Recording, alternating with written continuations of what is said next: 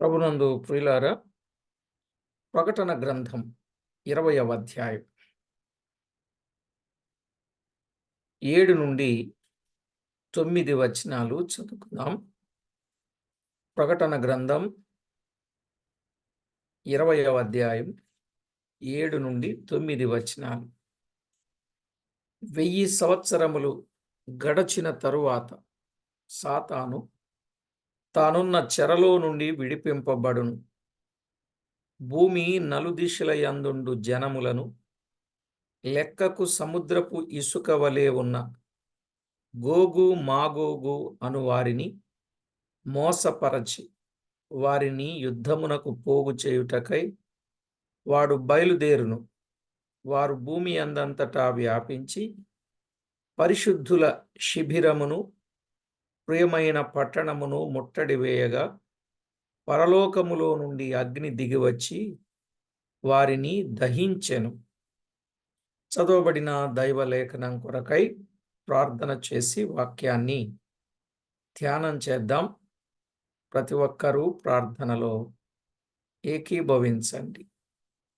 మహిమగల మా ప్రియ ప్రభువా, మహోన్నతుడవైన మా దేవా, మీ ఘననామానికి వందనములు, కోటానుకోట్లు స్తుతులు స్తోత్రములు చెల్లిస్తున్నాం.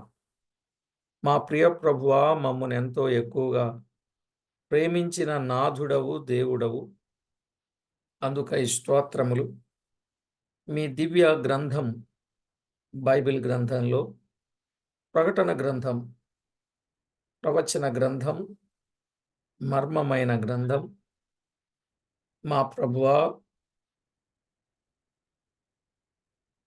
ఈ గ్రంథములో నుండి ఎన్నో సంగతులు మాకు నేర్పిస్తూ వస్తున్నారు.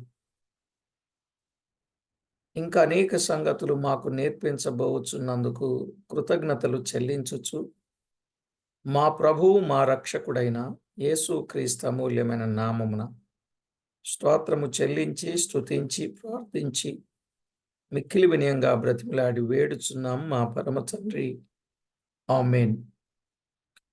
ప్రభునందు ప్రియులారా, మనము చదువుకున్న ఈ వచ్చిన భాగాల్లో గోగు మాగోగు విషయాన్ని తేటగా చదువుకున్నాం. గోగు మాగోగు తీర్పు.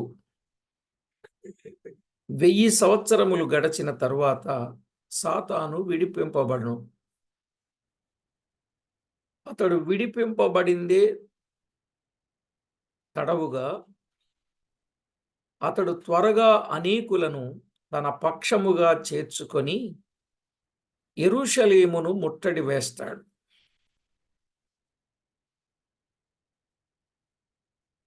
యెరూషలేమును ముట్టడి వేసినప్పుడు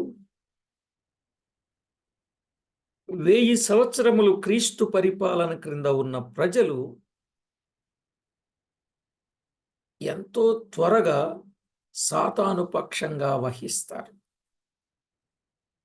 అది ఆశ్చర్యంగా అనిపిస్తుంది. 1000 సంవత్సరాలు క్రీస్తుతో ఉన్న ప్రజలు, క్రీస్తు పాలనలో ఉన్న ప్రజలు సాతాను పక్షం అయిపోతారండి. ఇందుకు కారణాలు ఏమిటి? ఇందుకు కారణాలు ఒకటి, క్రీస్తు పాలనలో పౌరులుగా ఉన్న ప్రజలు గొర్రెలుగా తీర్చబడి, క్రీస్తు పాలనలో పౌరులుగా ఉన్న ప్రజలు గొర్రెలుగా తీర్చబడిన అన్యులు. గొర్రెలుగా తీర్చబడిన అన్యులు. మత్తయి సువార్త 25:32 నుండి 40 వచనాల్లో ఆ మాటలు చూస్తాం. వీరు క్రీస్తును అంగీకరించుట ద్వారా ఆయన రాజ్యములో ప్రవేశించిన వారు కారు, కానీ శ్రమల కాలములోని యూదులు ఆపదలో ఉండగా వారికి పరిచర్య చేసి ఆపదలో ఆదుకొన్నందువలన వారికి ఆయన రాజ్యములో భూమి మీద ఉండగా ప్రవేశించు హక్కు దొరికింది. 1000 పాలనలో అన్యులు కూడా ఉంటారని చెప్పాను గదా! ఆ పాలనలో యూదులైనటువంటి వారికి వారు చేసినటువంటి పరిచర్య,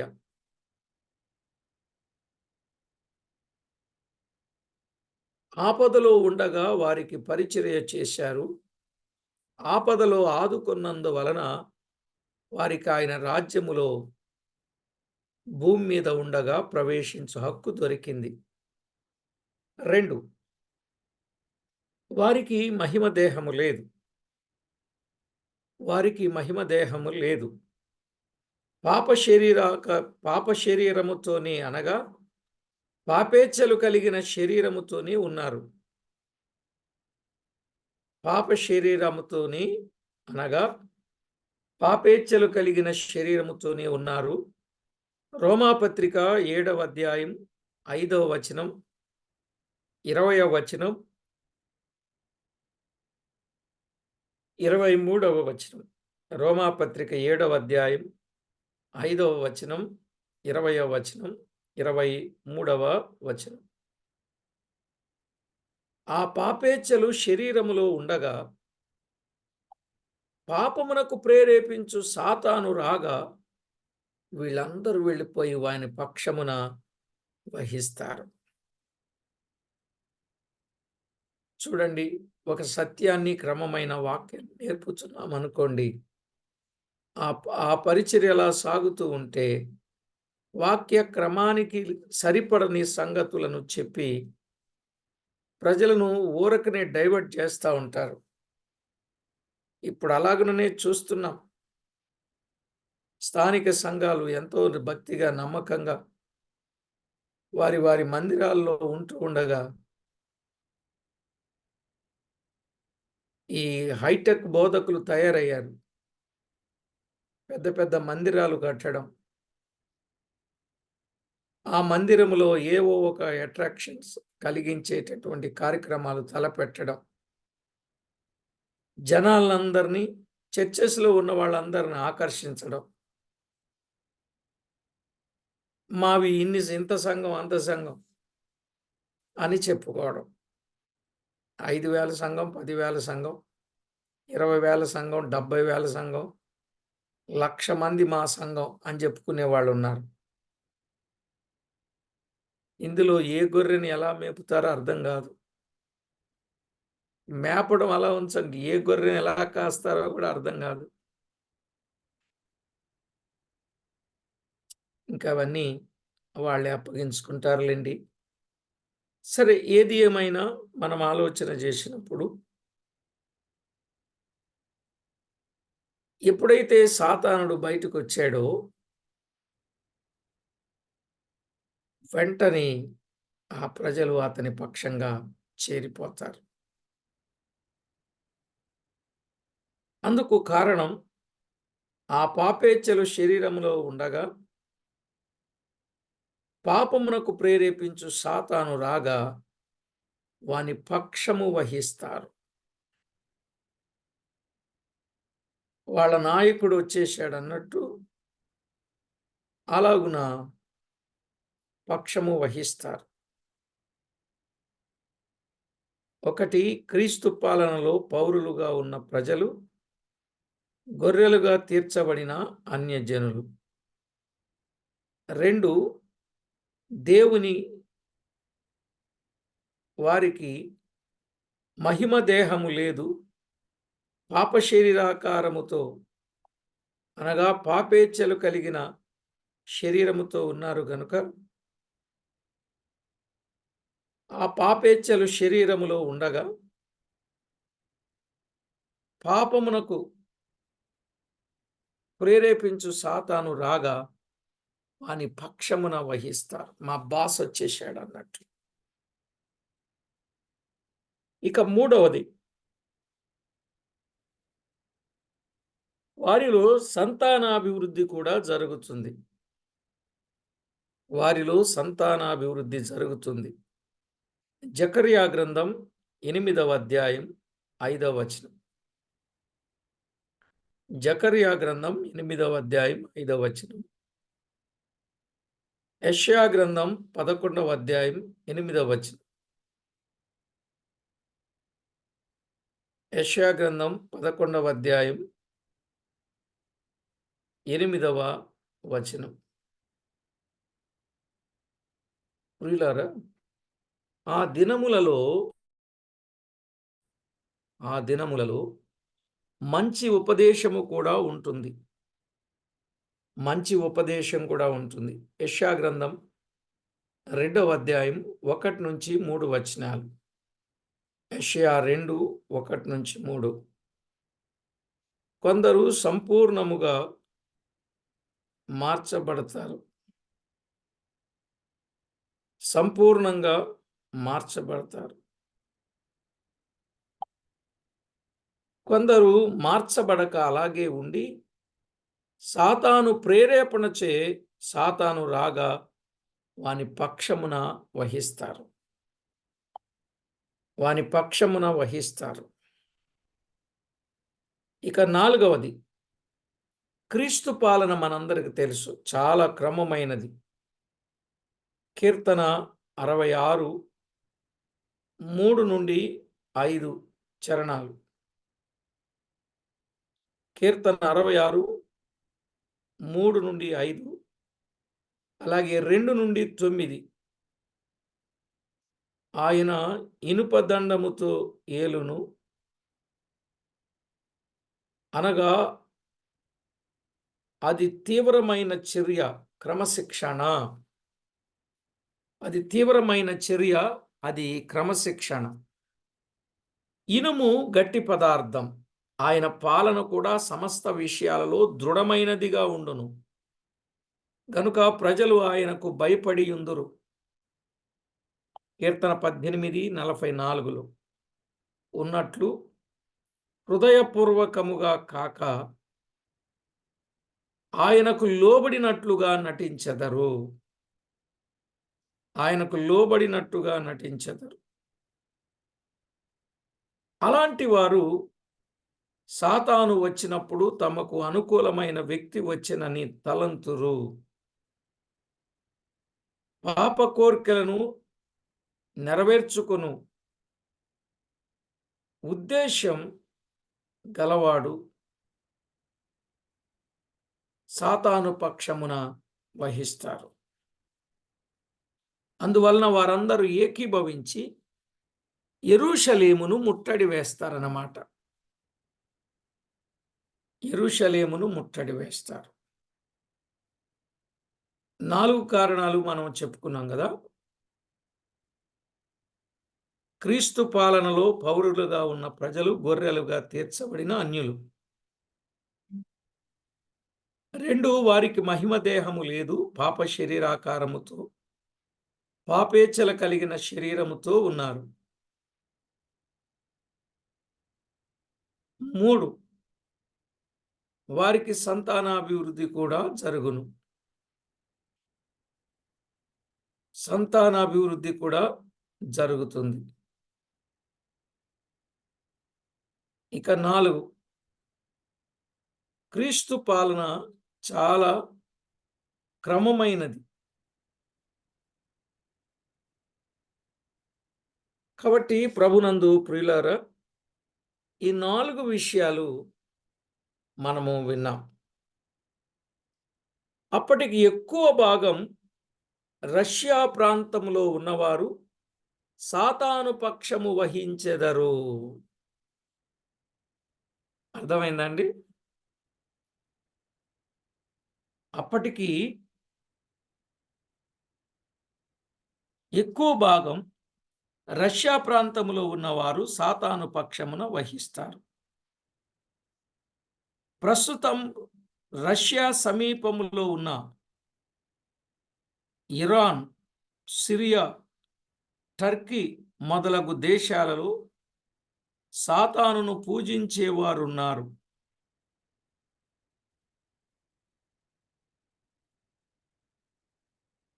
ప్రియులారా, ఎవరెవరు? ఇరాన్, సిరియా, టర్కీ మొదలగు దేశములలో సాతానును పూజించుచున్న వారున్నారు. ఆ ప్రాంతం వారు బలముగా పనిచేయుచు ఉన్నారు. అయితే ఆ దినములలో కూడా ఆ ప్రాంతపు వారిని ఎక్కువగా మోసపరచి యెరూషలేము మీదికి యుద్ధానికి రప్పించును. తూర్పారబట్టు సమయములో ధాన్యము పొట్టు, అదే తాళంటాం కదా, ఎలాగు ప్రత్యేకింపబడినో ఆ టైంలో నటన కలిగి భక్తి గల వారందరూ సాతానును వెంబడింతురు. సాతాను ఉండుట వలన నిజభక్తులెవరో నటన భక్తులెవరో తేటపడును. సాతాను విడిపింపబడక ముందు క్రీస్తు పాలనలో అందరూ ఆయనకు లోబడినట్లుగా కనబడ్డారు గాని, సాతానుడు ఎప్పుడైతే విడిపింపబడ్డాడో వెంటనే వారి మోసము తేటబడుతుంది. ప్రియులారా, కొన్ని విషయాలు మనం ఆలోచన చేయాలి. ఆ దినములలో కూడా దేవుడు సాతానుని ఎందుకు ఉండవలనని కొందరు ప్రశ్నిస్తూ ఉంటారు. అసలు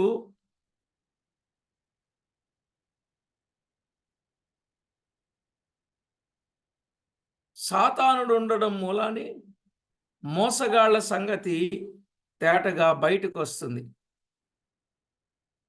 వాడున్నప్పుడే నీతిని, భక్తిని, పరలోకమును, దేవుని ప్రేమించే వారెవరో, పాపమును ప్రేమించే వారెవరో అది తేట తెల్లమైపోతా ఉంది. కాబట్టి ప్రియులారా, సర్వజ్ఞాని అయిన దేవుడు లోకాంతములు సాతానును వాని అనుచరులను అగ్నికి పంపించును.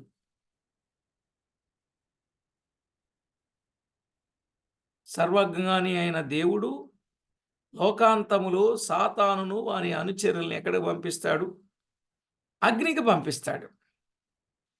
నిజమైన తన భక్తులతో శాశ్వతముగా రాజ్యము చేస్తాడు. మంచిని ప్రేమించి మంచిని హత్తుకొని చెడుగును ద్వేషించు వారెవరో ఆ రోజు బయలుపరచబడతారు. ఈ యుగాంతము వరకు సాతాను ఉండుట ఎంతైనా అవసరమే అన్నట్లుగా ఉన్నాడు. అప్పుడే నిజభక్తులు బయలుపడుదురు. నిజభక్తులు బయలుపడతారు.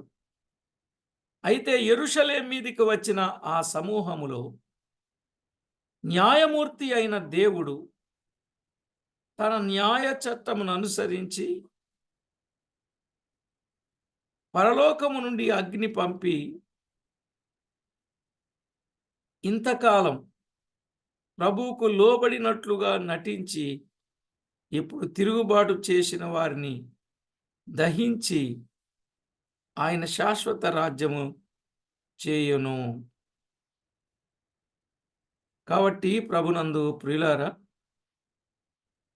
రేపు నలుదిక్కులా పోగు చేసి యుద్ధానికి రేపి చివరికి ఓడిపోయి సాతానుడు అగ్నిగంధకాలతో మండు గుండంలో పడిపోతాడు. 10వ వచనం చదువుకుంటే చూడండి, 20వ అధ్యాయం 10వ వచనం.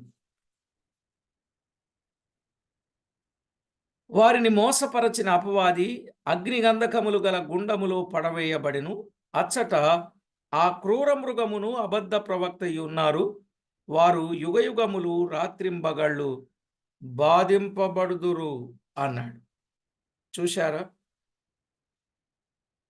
పరలోకము నుండి అగ్ని దిగివచ్చి వారిని దహించి వేస్తా ఉందని పై వచనంలో చూస్తాం.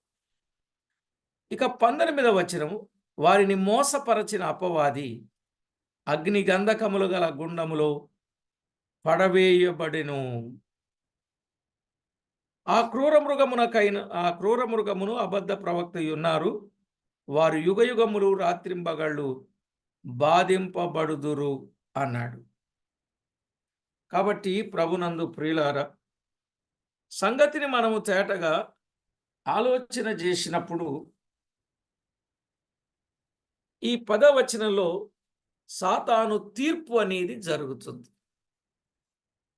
చివరిగా జనములను మోసం చేసి క్రీస్తుకు, ఆయన పరిశుద్ధులకు విరోధముగా జనులను రేపి యుద్ధమునకు సమకూర్చి సాతానుకి ఇప్పుడు తీర్పు చేయబడును. తీర్పు చేయబడుతుంది. ఇప్పుడు వాడు అగ్నిగుండములో పడవేయబడును. ఇది వాని అంత్యనాశనం. ఇది వాని అంత్యనాశనం. ఇప్పుడు వాడు అగ్నిగుండములో పడవేయబడతాడు కదా! ఇది వాని అంత్యనాశనం. అంతకుముందు ఎవరెవరు వెళ్ళారు? ఇద్దరు వెళ్ళారని మనం చదువుకున్నాం. ప్రకటన గ్రంథములో 20వ అధ్యాయం 2వ వచనం. అతడు ఆది సర్పమును అనగా అపవాదియు సాతాను అను ఆ ఘట సర్పమును పట్టుకొని 1000 సంవత్సరములు వానిని బంధించి అగాధములో పడవేసినట్లుగా చూస్తున్నాం. అటుపిమ్మట వాడు కొంచెము కాలము విడిచిపెట్టబడవలెను అని 20వ అధ్యాయం 3వ వచనంలో మనము చూస్తాం. సరే, ఏది ఏమైనా ప్రియులారా, ఆలోచన చేసినప్పుడు ఆ ముగ్గురు అగ్నిగంధకాలతో మండు గుండానికి వెళతారు. అగ్నిగుండములో పడవేయబడును. ఇది వాని ఆంతర్య నాశనం. ఈ అగ్నిగుండము వాని కొరకే నియమింపబడినదని మత్తయి సువార్త 25:41 అప్పుడు ఆయన శపింపబడిన వారలారా, అపవాదికి వాని దూతలకు సిద్ధము చేయబడిన అగ్నిగంధకాలతో మండు గుండానికి పొండి అనే పరిస్థితి వచ్చుద్ది. కనుక ఆల్రెడీ ఇద్దరు వెళ్ళిపోయారు. ఘట సర్పం,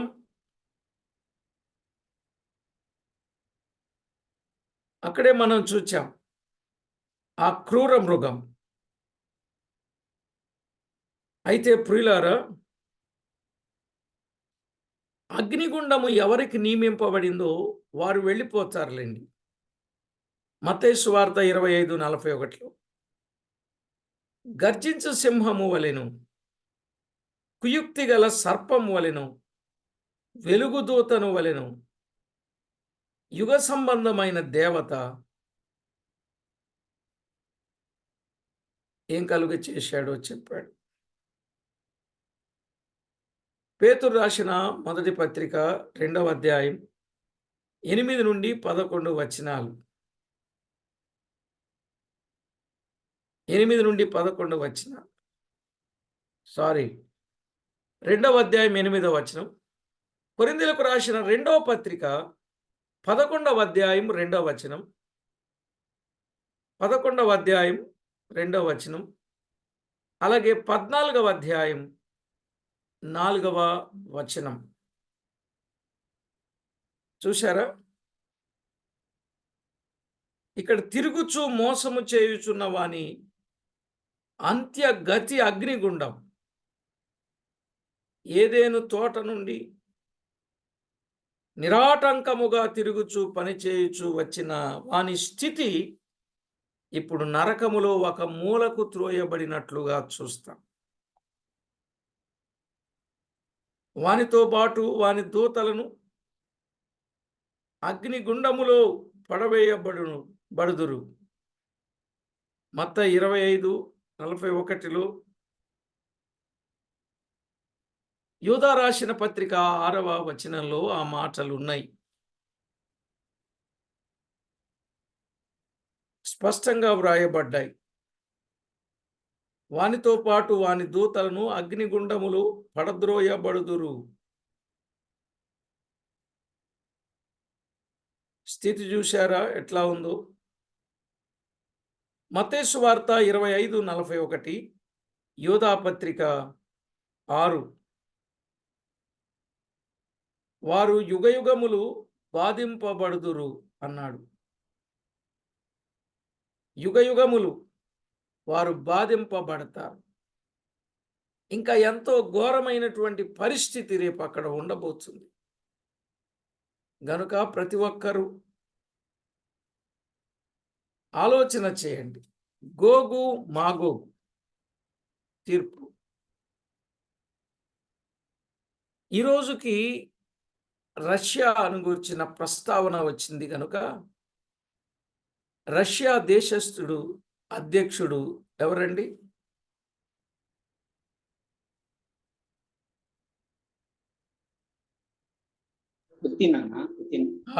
పుతిన్.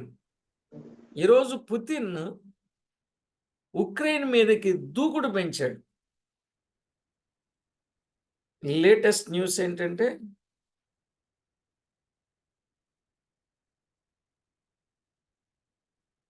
ఈ పుతిన్ను చైనా కలిసినట్లుగా ఇంకా ఏవేవో చేయడానికి వారు పూనుకుంటున్నట్లుగా వినవస్తా ఉంది. రష్యా అధ్యక్షుడు ఎంత కఠినుడో అన్నట్టుగా చూస్తాం. అయితే ప్రియులారా, మన ప్రభువు మనతో ఉన్నారు గనుక యుగ యుగములు సంతోషిస్తే మిగిలిన వారు బాధింపబడతారు.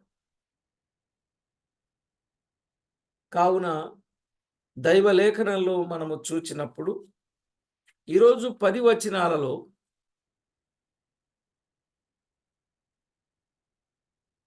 ఒకటి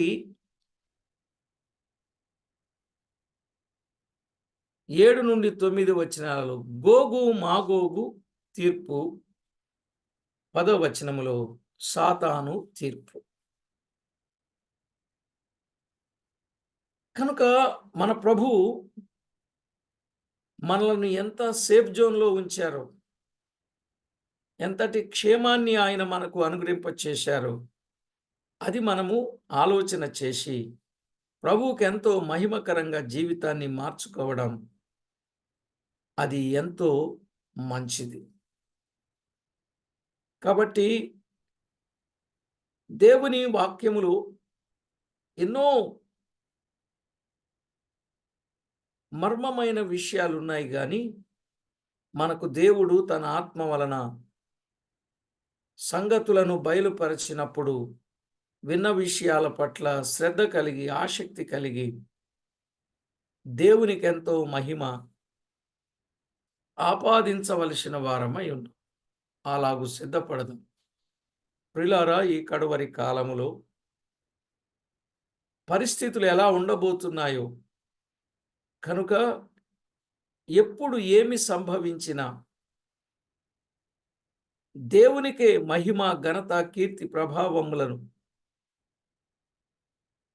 ఆరోపిస్తూ భక్తి జీవితాన్ని కాపాడుకొని విశ్వాస జీవితాన్ని కాపాడుకొని ప్రభువుకు